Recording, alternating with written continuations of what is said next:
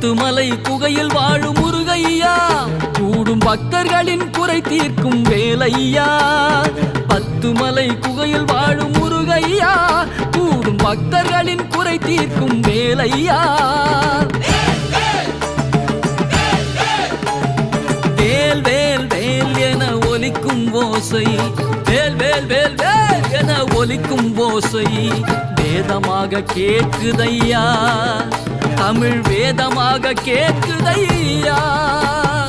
அரோகரா அரோகரா கோஷங்களாலே ஆரவாரம் பெருகுதையா, எங்கும் ஆரவாரம் பெருகுதையா.